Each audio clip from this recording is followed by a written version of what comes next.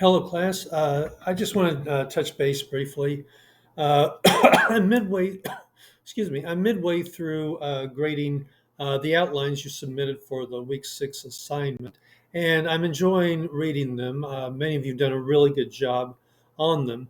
But I just want to point out a couple of things that I see. There are a couple of habits that beginning writers get into, and I want to try to break you of these habits, okay? So one of them is a lot of times students will write their thesis statements something like this. The purpose of this research paper is to, and then the rest of it. Or there are variations. In this paper, we will, whatever. I want you to avoid doing that because it's not necessary to call attention to the fact that you're writing a paper. Doing so throws the reader out of it. One of my colleagues used to call that the magic show. It's like watching a magician stand up on stage and say, "Watch me pull a rabbit out of my hat." And then he pulls a rabbit out of his hat. Well, just pull the rabbit out of your hat. Don't tell a reader you're going to do that. And there are lots of better ways to introduce your topic and purpose rather than telling the reader that what your paper is going to be about. A thesis statement must be arguable. That's a very important thing. A reasonable person must be able to disagree with it. If I were going to write a paper that pit bulls should not be banned in Kansas City, Missouri, where I live, then I would say something like, pit bulls should not be banned in Kansas City, Missouri because X, Y, and Z. And then I give reasons. A reasonable person could argue that no, they should be banned because they are dangerous, they've known to attack people, and so forth. So you've got these two different opposing sides to it. As the writer, you take one side. If you were to say something like, in this paper, we are going to explore why pit bulls should be, you're not really making an argument. You're just simply stating what your paper is going to be about, and that's not really necessary, and it's kind of distracting. So avoid using expressions like "in this paper" or "this research paper will do this" or something like that. That's just don't do that.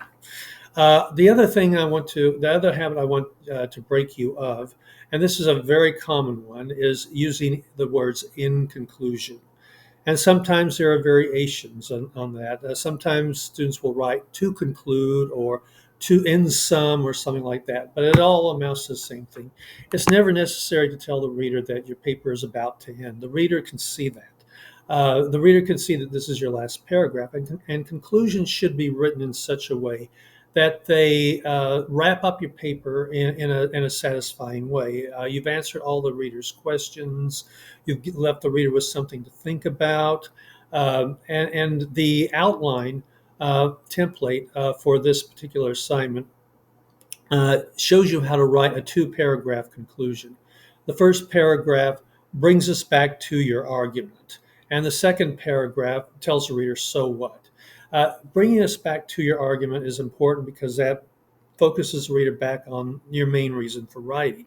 But it's important here to know that one thing you don't want to do is repeat what you've already said. I see a lot of times where students will write, they'll basically sum up their main points in the paper that they've already gone over, and that's not really necessary. I think what happens is sometimes students, when you're giving a speech, a very common tactic is to repeat what you've already said. And the reason for doing that is because when we listen to a speech, we our minds tend to wander. We get easily distracted by things, and so the speaker tries to keep us on focus by repeating the previous points.